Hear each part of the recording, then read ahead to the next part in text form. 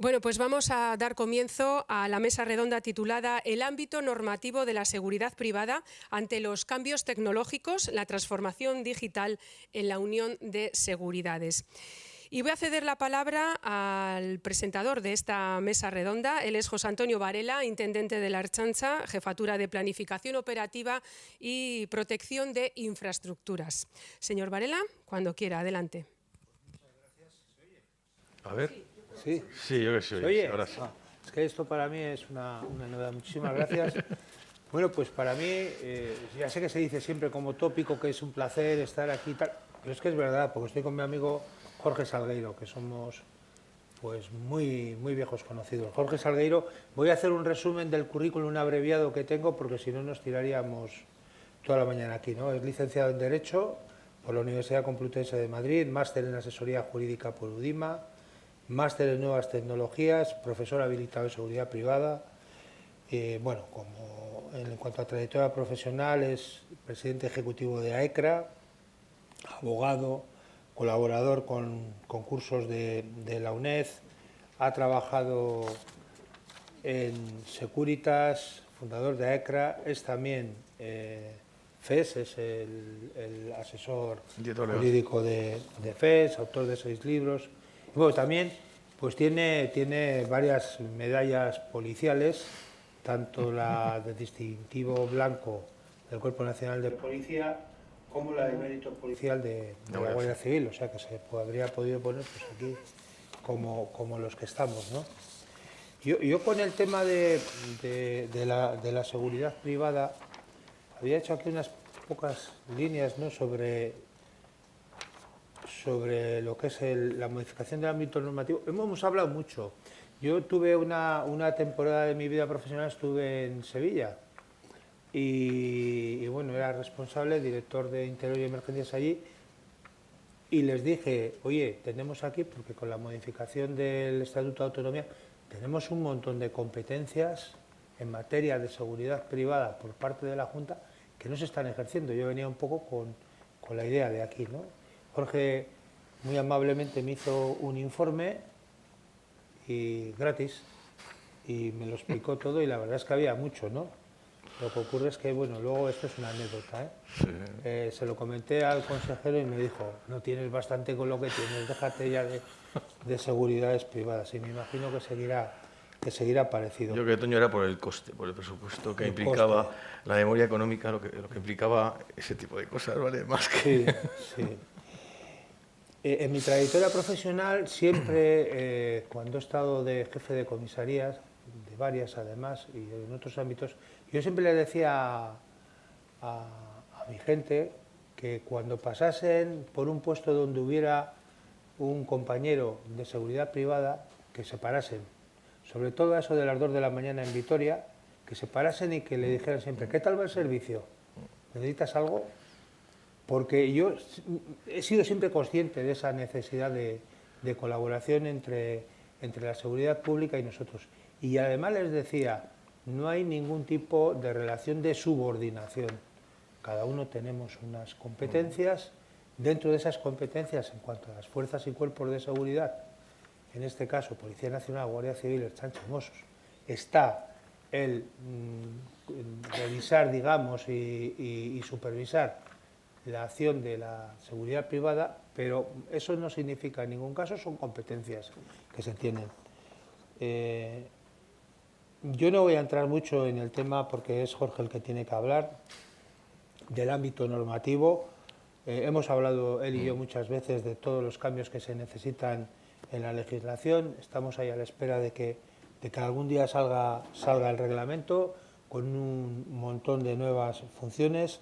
Pero sí quería decir que con el avance tecnológico, bueno, pues tenemos un nuevo entorno. Sabéis que el primer paso que dimos un poco de ese entorno tecnológico, que fue importante también, fue la digitalización de los registros de huéspedes en establecimientos hoteleros. Es que andábamos allá todo a mano, luego nos lo pasaban a nosotros o al cuerpo competente, teníamos que andar metiéndolo en una base de datos. Bueno, eso, aunque hoy nos parezca como algo absolutamente superado, en su momento fue un hito. Y tenemos que pensar dónde vamos a futuro, ¿no? Y yo veo el futuro de la siguiente manera. Yo veo plataformas de comunicación compartidas, más de las que hay. Y compatibles, compartidas y compatibles, con un intercambio de datos, de datos e inteligencia. Integración de sistemas de vigilancia, seguridad pública, seguridad privada. Compartición de normas y protocolos, que es importante también. Y a mí, fundamental, me parece que exista también una capacitación conjunta. El hecho de estar compartiendo formación, enseñanza, unos y otros, creo que va a hacer que simplemente por eso haya un mejor entendimiento y un gran avance, ¿no? Bueno, yo como conclusión quería decir, adelanto mi final, ¿no? Que la era digital ha borrado muchas de las líneas tradicionales entre la seguridad privada y las fuerzas y cuerpos de seguridad. Esa, digamos, compartimentación que existía ya no hay. La colaboración impulsada por la tecnología es imprescindible. Y una última cuestión también es que mientras se avanza en eso, es esencial equilibrar la eficacia operativa, y esto sí que es importante, con los derechos y libertades civiles. Yo soy un apasionado de la inteligencia artificial, del estudio. No tengo ni idea de inteligencia artificial, pero sí del estudio. Y veo lo que están haciendo los chinos, por ejemplo, ¿no? Con el tema de, no sé si lo llaman el carné de ciudadano, sí. Te dan puntos, te quitan puntos.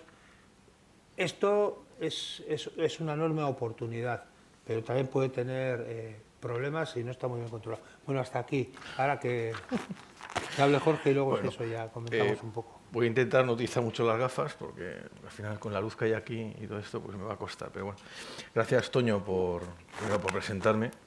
Gracias a Óscar Echevarría Ucesín por invitarme el segundo congreso, porque el año pasado estuvimos, si recuerdas, en un tema de emergencias, autoprotección, para intentar precisamente no ver la seguridad privada como algo aislado, sino como una realidad vinculada a otra serie de derechos y necesidades, ¿no?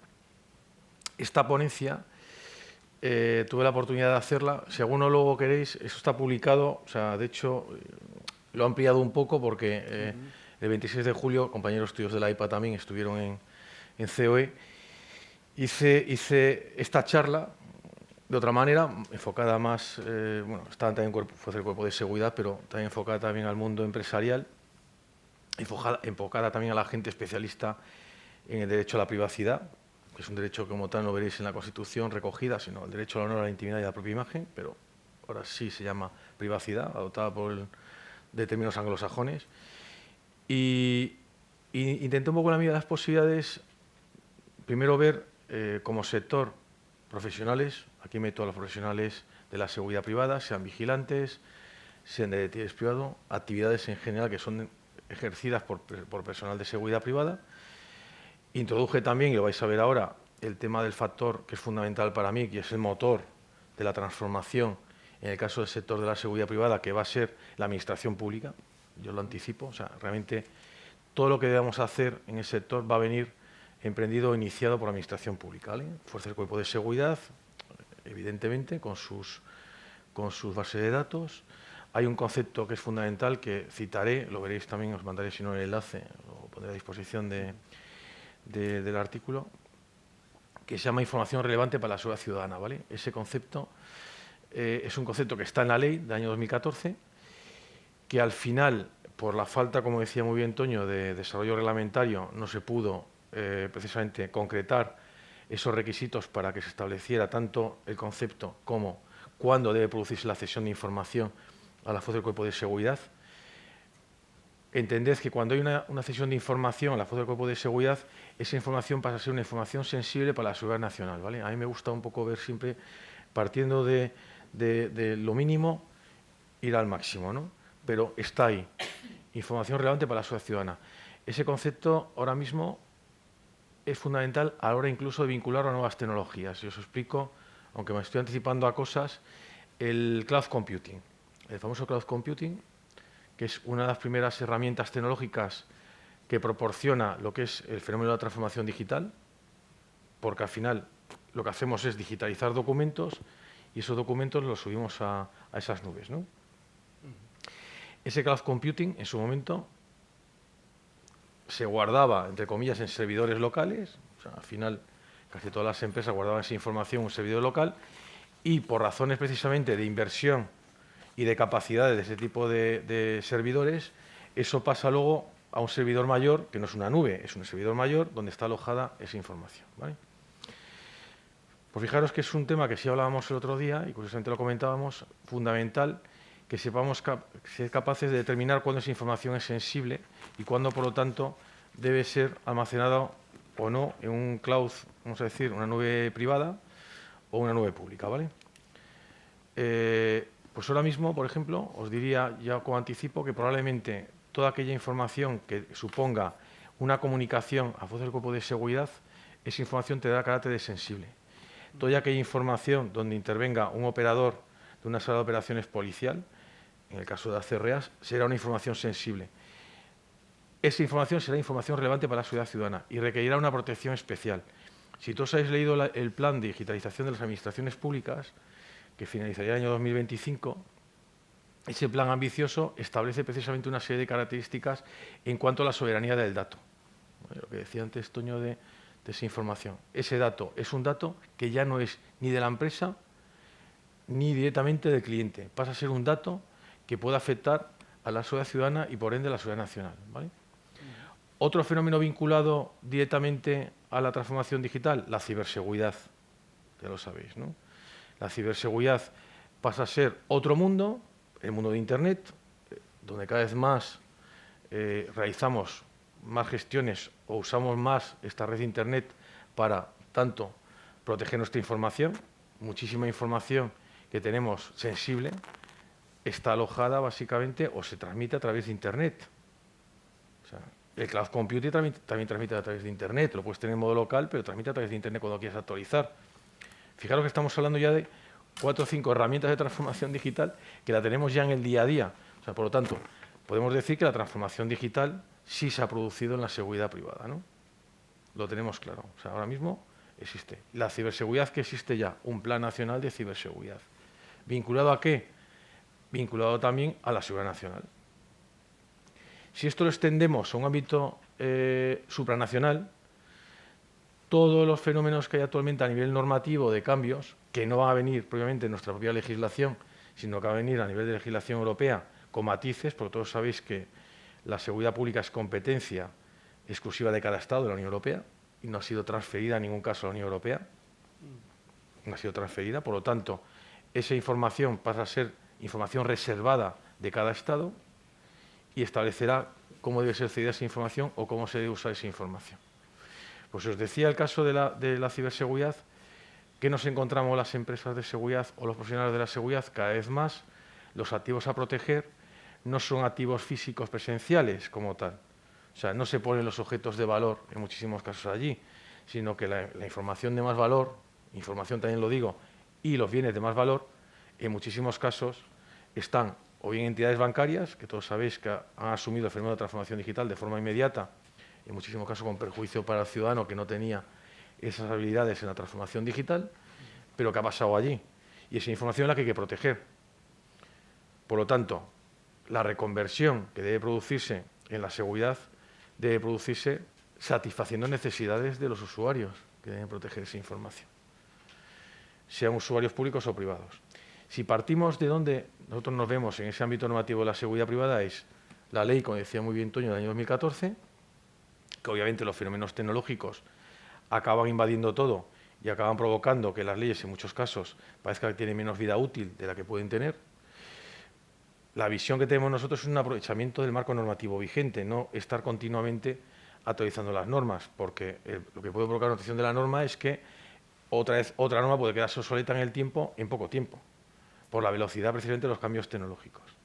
Pero, por ejemplo, la inteligencia artificial, que antes hablábamos también como otra herramienta más de transformación digital. Todos sabéis que ya el dotar de inteligencia artificial a cualquier herramienta, el chat GT famoso que hay ahora mismo, que traduce absolutamente todos hasta los textos y te manda absolutamente a cualquier sitio, los avatares que atienden llamadas telefónicas, al final esas llamadas que se descuelgan no son atendidas en muchísimos casos por una persona física. Eso plantea en muchísimos casos un control de ese uso de la inteligencia artificial. La Unión Europea está diseñando precisamente un reglamento, que todos sabéis que se ha salido de inteligencia artificial, que probablemente entre en vigor a partir de noviembre de este año 2023, pero que plantea enormes dudas respecto a cómo debe desarrollarse esa inteligencia artificial dependiendo en qué sector y en qué ámbito, ¿vale? Y a quién puede afectar. Porque como todos coincidís, la inteligencia artificial al final supone una invasión de datos, una invasión de nuestra privacidad en muchísimos casos, ¿vale? Entonces, la discusión es, ¿los sectores debemos hacer un reglamento de inteligencia artificial general o debemos hacer un reglamento de inteligencia artificial particular o por actividades? Lo que se llama famoso la configuración por diseño o por defecto, ¿vale? Todas las herramientas que se vayan a crear en inteligencia artificial, incluidos en los servicios de seguridad, deberán plantearse por aquellos que elaboren o fabriquen ese software, teniendo en cuenta esa necesidad de satisfacer necesidades sin invadir la privacidad de otros, ¿vale? Las famosas cámaras de biovigilancia, lo conocéis todos, el mayor fenómeno de revolución en lo que es la transformación digital en Europa fue la biovigilancia. Cuando hablábamos en el año 2008, fíjate que parece que fue hace mucho tiempo, de la biovigilancia, recordamos la Fuerza de Cuerpo de Seguridad, la famosa 4/1997 de utilización de cámaras en los espacios públicos. Todos coincidiréis que la diferencia entre cámara fija y cámara móvil en espacios públicos ha quedado superada, ¿no? Porque precisamente todos vamos con estos dispositivos y podemos captar. Bueno, de hecho, la Fuerza de Cuerpo de Seguridad en muchísimos casos padecen que ellos no pueden captar y grabar imágenes de espacios públicos y cualquier ciudadano que está en una manifestación o cualquier sitio está grabando a los policías, guardias civiles extrañas, ¿no? O sea, fijaros si la tecnología supera, lo que he dicho antes, con mucho a las normas, ¿no? Cuando se plantea la utilización de inteligencia artificial en la biovigilancia, ya supone otro tipo de cosas, ¿vale? Supone automatización de procesos, ¿vale? Que es otra consecuencia más de la transformación digital. Si queremos mejorar en el sentido de satisfacer esas necesidades frente a ese cliente, implica que debemos emplear mayor inmediatez en la gestión, porque precisamente en el caso de la seguridad privada, nuestra labor principal es la prevención frente al delito. O sea, nosotros no estamos para evitar el delito, ni para erradicar el delito, estamos para prevenir o disuadir frente al delito. ¿Qué tenemos que hacer? Establecer herramientas que se revelen eficaces en la prevención del delito. Cuando hicimos una consulta hace 2 años a la agencia en relación a la biovigilancia con inteligencia artificial, le decimos a la Agencia Española de Protección de Datos, la respuesta de la agencia fue que faltaba una ley que pudiera amparar la utilización de la biovigilancia en la inteligencia artificial, ¿vale?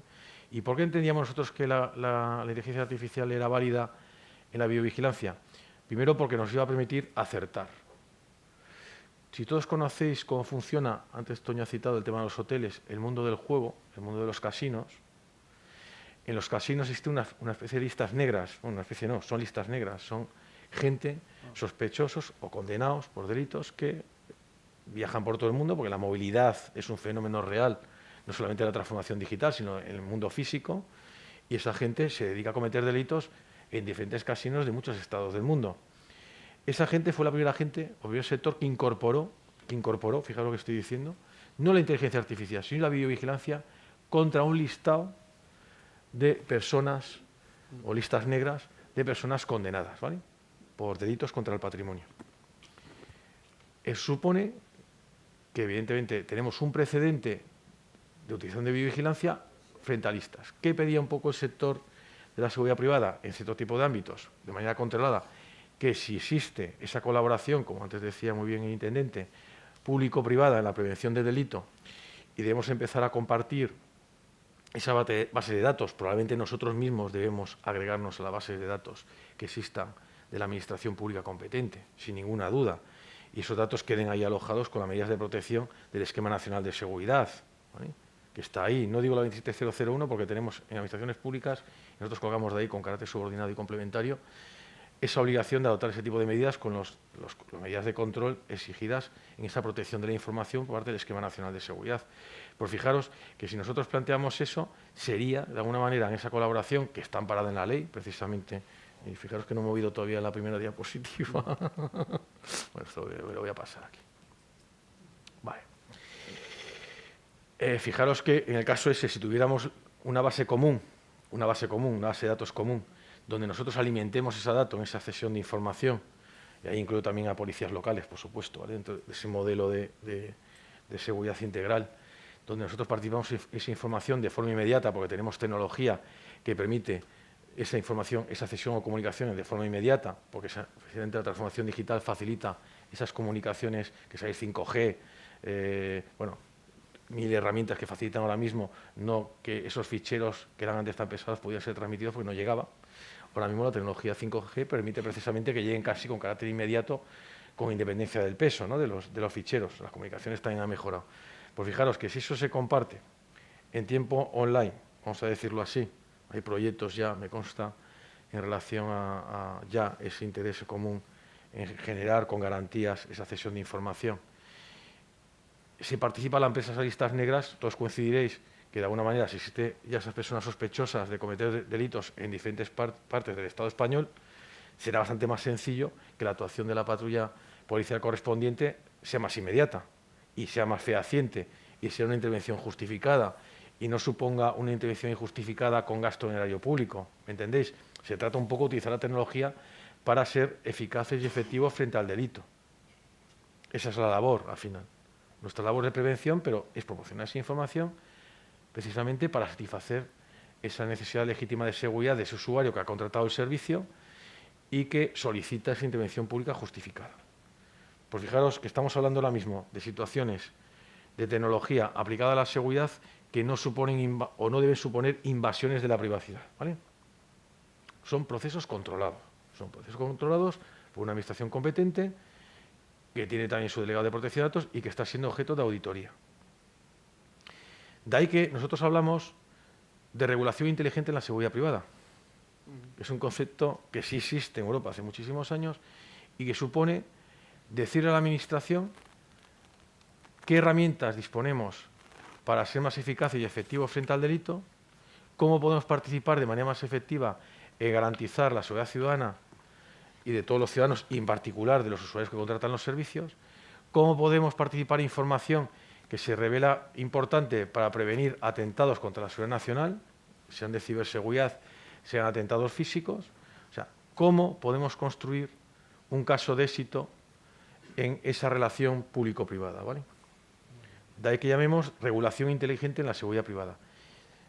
Cuando hablábamos de esto recientemente, el 26 de julio en COE, nos basábamos en un concepto fundamental. Es, trasladamos a la Administración qué herramientas tenemos y ellos nos trasladan a nosotros cómo podemos ser más eficaces y dónde están ellos, en qué estadio están ellos de transformación digital. O qué herramientas tienen validadas en esa transformación digital. Como antes hablaba el intendente, esas plataformas. Esas plataformas están preparadas, están ya certificadas en el Esquema Nacional de Seguridad, reúnen las garantías suficientes para que esa información no se mezcle con otra información, sean bases de datos protegidas. ¿Cómo trabajamos en esa línea? Pues efectivamente desde la propia Administración pública, ¿no?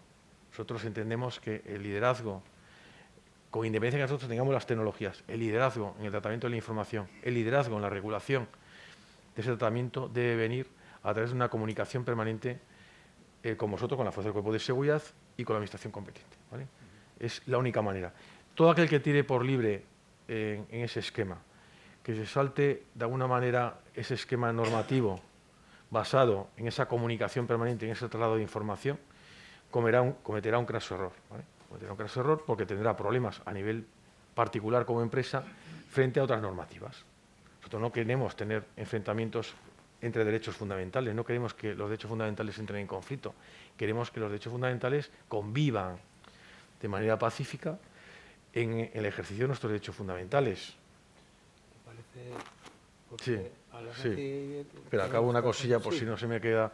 Como he improvisado totalmente, os digo, como esto lo tengo publicado, os paso si queréis el enlace. Nos anda poco tiempo, de todos modos hasta las 11:10 no es el café, o sea que tenemos un poco más, un poco más. Bueno, si no, bueno, me paras y finalizo. Ponía que era las 11, finalizo, ¿vale? Yo intento transmitir. Ponía que era a las 11, pero bueno, hasta las 11:10 podemos aguantar. Esto, alguno que ya estuvo en la conferencia de Madrid va a decir no se parece nada a la de Madrid, no, pero bueno. Pero hasta las 11:10, ¿eh? No se va a parecer nada a la de Madrid, es verdad, no se parece nada a la de Madrid. Conté otra cosa. Bueno, esto es un poco lo que entendemos principios fundamentales para todos, para las fuerzas de cuerpo de seguridad, para la administración pública, para el usuario, para las empresas de seguridad y para los profesionales de la seguridad, ¿vale? O sea, esto lo encontráis en cualquier ordenamiento jurídico. En la aplicación, quiero decir, de derecho, ¿vale? En la aplicación de nuestras actividades, en el desarrollo de nuestras actividades. Yo he subrayado la parte fundamental en rojo para nosotros, ¿vale? Que es la parte de cualificación profesional. Esto es un tema que lo dije todavía el otro día. Sí. Los profesionales de la administración pública en ese modo de transformación digital les falta esa formación en la administración pública. Porque es normal, es un fenómeno que va a tal velocidad que hay que estar con una formación continua y de habilidades en el uso de ese tipo de herramientas. Ya no solamente es que conozcas la herramienta, es que la herramienta cambia y tienes que aprender sobre la nueva herramienta, ¿vale? Pero evidentemente la cualificación profesional es fundamental. De ahí que ya sabéis que recientemente, en el ámbito no solamente de la seguridad, ¿vale? Pero quiero centrar no en la seguridad privada porque incluso afecta a la seguridad pública, el nuevo famoso título de formación profesional superior que se publicó el mes de julio, siguiendo directrices de la Unión Europea, ¿vale? Siguiendo directrices de la Unión Europea no en cuanto al ámbito de seguridad privada, pero explico, sí en cuanto a la formación profesional superior, ¿vale? ¿Por qué? Todos sabéis que hay determinadas profesiones a nivel europeo, no solamente en España, que falta mano de obra cualificada en cuanto a esto. La situación es, si esta formación profesional, en la cualificación profesional del profesional de la seguridad privada, se revela eficaz cuando hay otras vías formativas que permiten que esa habilitación se obtenga por otras vías que no tengan el mismo nivel de carga formativa, ¿vale? Es otra discusión. Es un tema cuando entran a la vez varias vías formativas. Pero bueno, os lo dejo, cualificación profesional, principio fundamental en esta transformación digital. Si no tenemos gente formada en eso de estas herramientas, podemos tener un problema bastante importante de brecha de seguridad, en un primer lugar, y luego de posibles denuncias en un uso inadecuado de esa información, ¿vale? Y luego la vocación de servicio. O sea, ¿qué voy a decir de la fuerza del cuerpo de seguridad cuando la vocación, el principio fundamental de la fuerza del cuerpo de seguridad es la vocación de servicio? Todos lo sabéis, o sea, servicio público. En el caso nuestro, servicio privado público, pero es servicio privado público, ¿vale? Y la vocación debe ser de servicio. El profesional que se meta en la seguridad tiene que tener claro, aparte de estas habilidades y esa adaptación a la transformación digital, directamente tener esa vocación de servicio privado-público, público-privado. El orden de factores no altera el producto, ¿vale? Vale. Ahora os he puesto unas realidades, que esto sí no lo conté, pero que es, en esencia, por qué nosotros debemos estar preparados para un posible cambio, ¿no? Nuestros contratos son contratos ininterrumpidos. El servicio tiene que ser ininterrumpido. Nosotros no podemos cesar, igual que vosotros, en el servicio al ciudadano, en el servicio, en el caso al cliente. Entonces, nosotros tenemos que tener esas herramientas eficaces para satisfacer la necesidad del cliente. Si todos imagináis que ese cliente, las herramientas no son eficaces, asumiendo la transformación digital, porque hemos escogido, hemos seleccionado un software inadecuado, que puede ocurrir, que seleccionemos un software inadecuado, puede tener unas consecuencias importantes para la empresa, a nivel de subsistencia de la empresa. Y frente a la seguridad pública, que os voy a decir, que fracasaría este modelo de seguridad privada complementaria y subordinada de la seguridad pública. O sea, nosotros al final estamos en ámbitos privados porque en esos ámbitos privados no puede estar la seguridad pública, pues sabéis que existe la minoría del domicilio. Entonces, de alguna manera, tiene que entrar alguien con un contrato allí para proporcionar esa información y facilitar esa intervención, ¿vale? Aquí os he puesto ejemplos. Efectivamente, nosotros ahora mismo, fijaros que ayer teníamos una reunión y precisamente era un tema de digitalización. Y os pongo un ejemplo y ya acabo, Toño, pero me gusta contar siempre ejemplos prácticos de las cosas. ¿Qué es digitalizar? Y yo ponía un ejemplo a una empresa que tenía que hacer un proceso de digitalización de millones de documentos de diferentes departamentos y les había dado una hoja, con carácter previo, donde venía descrito cuánto tiempo había que conservar la información. ¿Vale? Plazos legales de conservación de información. Claro, sabéis todos, cuando se habla de plazos legales de conservación de información, todo el mundo asociamos a documento papel, lo sabéis, porque venimos de documento papel. La realidad es que podría ser documento digital también, pero bueno.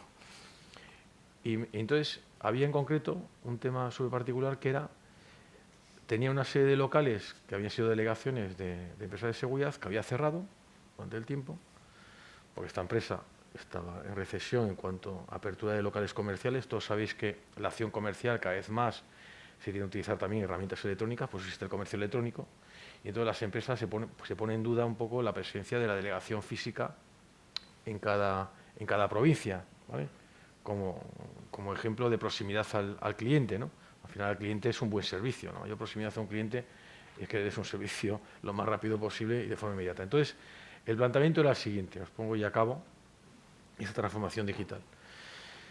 Decían ellos, claro, yo tengo ahora aquí 120.000 documentos que provienen de locales que he cerrado, que tengo licencia de actividad, que tengo instalaciones eléctricas, que tengo inspecciones del ayuntamiento, que tengo, bueno, pues imagina, muchísima documentación. Y entonces la discusión era qué se hacía con esa documentación. Y decían ellos, bueno, a mí me gustaría conservarla en soporte de papel. Y luego, si es necesario, la destruyo. Otro decía, no, yo esa documentación no necesito soporte de papel, la digitalizo y ya me queda almacenada en un fichero, una red, ¿vale? ¿Sabéis cuál fue la pregunta que se me hizo a mí al final, cuando planteé el escenario? ¿Cuál era la herramienta más barata? Buena pregunta. ¿Me entendéis? O sea, ¿cuál es la herramienta más barata? ¿Cuál es la herramienta más barata? La custodia, el soporte de papel. Todavía. O sea, por lo tanto, como enseñanza y resumen de la charla, que faltará muchas cosas, ya os digo, está publicado en Internet, os diría eso. Nos queda mucho por recorrer en esta transformación digital, pero tenemos que pensar también cómo realizar esta transformación digital para garantizar, efectivamente, que esta realidad de la transformación digital sea un éxito en estos modelos regulatorios. Pues muy bien, muchísimas gracias. Pues tenemos... bueno.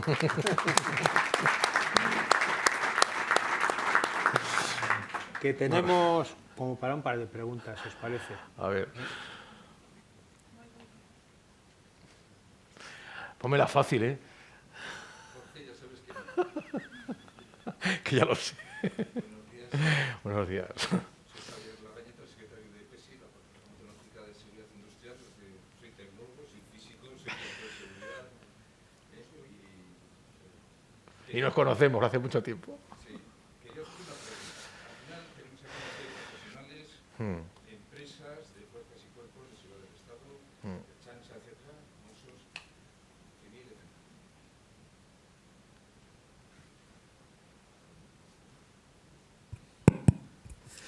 Y de alguna manera todos estos profesionales y empresas y instituciones que están dando servicio se encuentran un poco presionadas por dos grandes tensores, ¿no? Es decir, los tecnólogos, las empresas de tecnología con la técnica más avanzada y por otro lado, digamos, los abogados con las leyes, las normativas y demás, ¿no?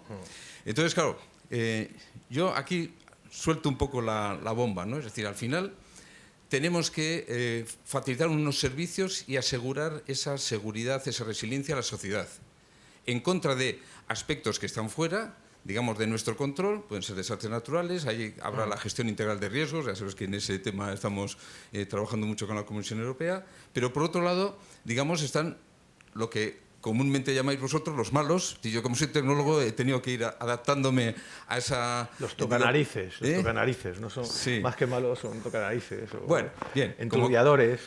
Como quieras. Que están usando la tecnología y se pasan por el forro toda la normativa, evidentemente, ¿no? Sí, bueno. Entonces, ¿no sería, digamos, más adecuado poner un poco de sentido común, que es poner cuál es la función, el servicio que hay que dar, de prevenir eso, por encima de si cumplo o no cumplo, y formar en tecnologías a todos estos profesionales, y a las empresas que hacen tecnología, que son de alguna manera, se encuentran luego con el aspecto normativo, darle un marco un poco más amplio, lo que yo llamo un sentido común, que es el menos común de los sentidos, de cuál es el fin último. Con respecto al mejor uso de la tecnología, ¿no?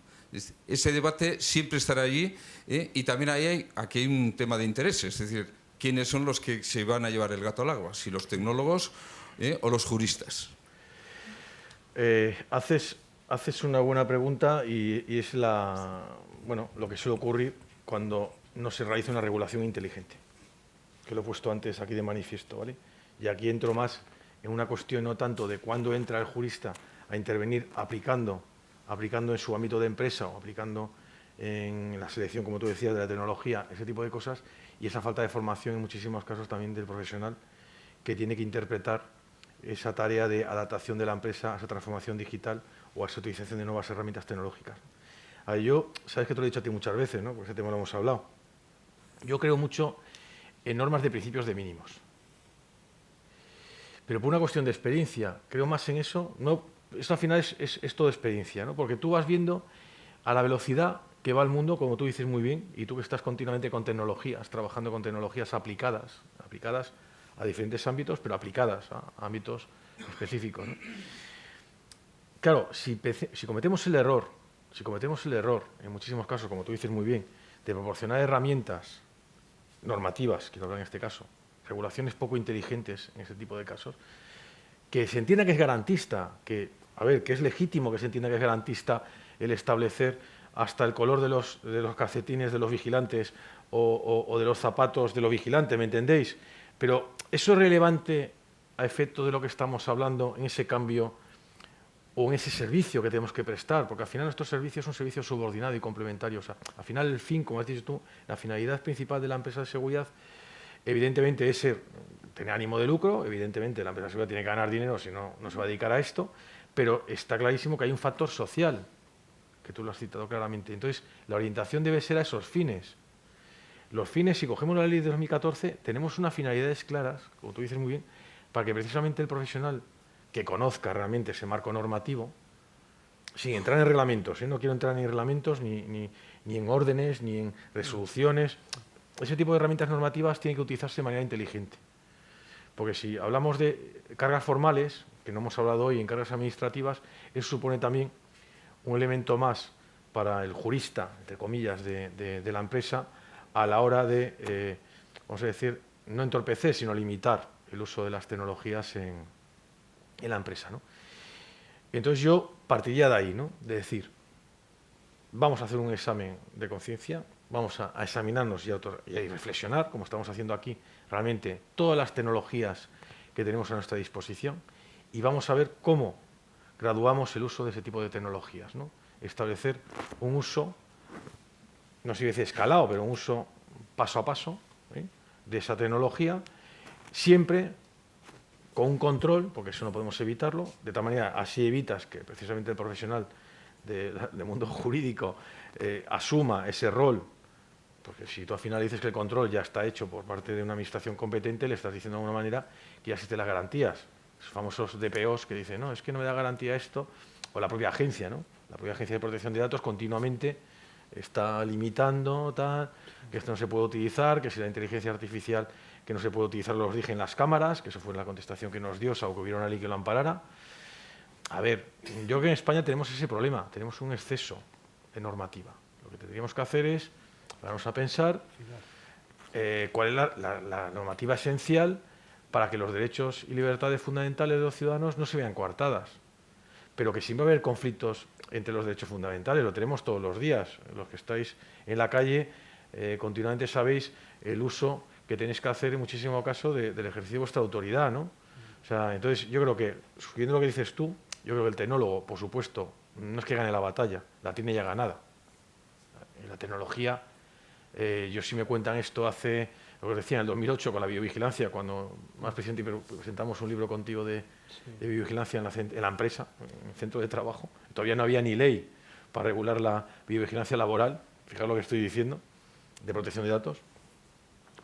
Y él aplica sentido común, era ver los ejemplos claros de dónde podía utilizar la tecnología. Hombre, en un cuarto de baño no voy a utilizar la tecnología para invadir la privacidad, pero a lo mejor una cámara, en su momento, cuando hay una investigación policial instalada provisionalmente durante un tiempo porque está denunciado los hechos y todo demás, pues parece que no todo debe tomarse en términos absolutos, ¿no? O sea, entonces yo creo que partiríamos norma básica de mínimos y la batalla ya la tienen a la tecnología, ¿vale? Aquí lo que se trata es ver cómo utilizamos la tecnología para que sea para aprovechamiento de nuestro modelo de seguridad nacional, en este caso, ¿vale? Y al final se unen los derechos No fundamentales. sé si hay una última pregunta, porque estamos ya... Bueno, ahí tenéis mis datos, si luego alguno te os he puesto Yo intencionadamente. simplemente diría que siempre va a ir la tecnología por delante y que es un problema. A ver, cuanto más democracia y más libertades, menos posibilidades de uso de estas nuevas tecnologías, porque enseguida te sacan el precrimen y ahí tenemos problemas. Bueno, fíjate, Toño, que te voy a decir que ahí sí ha habido ejemplos ya claros de que en concreto el reglamento de inteligencia artificial que os comentaba antes ya ha sido enmendado, y lo sabe esto también José Javier, precisamente porque la tecnología va muy por delante y porque se han dado cuenta que si lo limitaban tanto ese uso de la tecnología ya se revelaba poco efectiva en la aplicación. A ver, los primeros que vamos a empezar a democratizar la tecnología vamos a ser los usuarios. En el momento que nosotros nos comitamos en entes gestores nuestra propia privacidad y a la vez escojamos nuestra privacidad. Lo digo sinceramente, porque yo esto creo que lo veo más. Si tú escoges en el coche que te audite absolutamente todas las operaciones, lo escoges tú. Lo que tienes que poner es la opción. ¿A qué opto? ¿A qué nivel de privacidad quiero optar yo? ¿O qué nivel de publicidad quiero optar yo, ¿no? Y en el caso de la Fuerza del Cuerpo de Seguridad, vosotros con la 7/2021, que es la excepción, vamos a decir, a lo que es previamente el reglamento europeo, ampara claramente, cumpliendo ese esquema nacional de seguridad en la medida de seguridad, os da ya reglas de alguna manera para la utilización de la tecnología. Empezó primero con los pasajeros, con el tema famoso de las afiliaciones de los pasajeros, ¿te acuerdas? En aeropuertos. O sea, que yo creo que sinceramente yo sería más positivo y más optimista en el tema este. El marco de mínimos, si nos dejarais a los tecnólogos participar, sería muy importante, pero os negáis. A que participen. Yo no. En general, el sector jurídico y de la administración se niega a que participe en el diseño la parte, digamos, de los tecnólogos, porque entonces nosotros ya diseñaríamos con las restricciones para el cumplimiento, digamos, de los criterios, digamos, pues un poco aceptables. Pero fíjate, José Javier, yo ahí te voy a decir, ya acabamos, ¿sí? Pero no. Yo te diría que ahí no, porque mira, yo en la línea que estoy trabajando, y tú ya me conoces, es precisamente en poner casos de software de inteligencia aplicada a servicio. O sea, yo quiero que se cuente eso. Precisamente la charla que hicimos en Madrid el 26 de julio era con ese objetivo, era trasladar modelos de casos de software aplicado, que ya tiene la solución ya hecha, aplicado o adaptado a ese marco. Y no requiere un cambio normativo. Fíjate lo que estoy diciendo. Muy bien, pues muchas gracias a Jorge Salgueiro y a todos vosotros, y un aplauso. Gracias. Un aplauso también al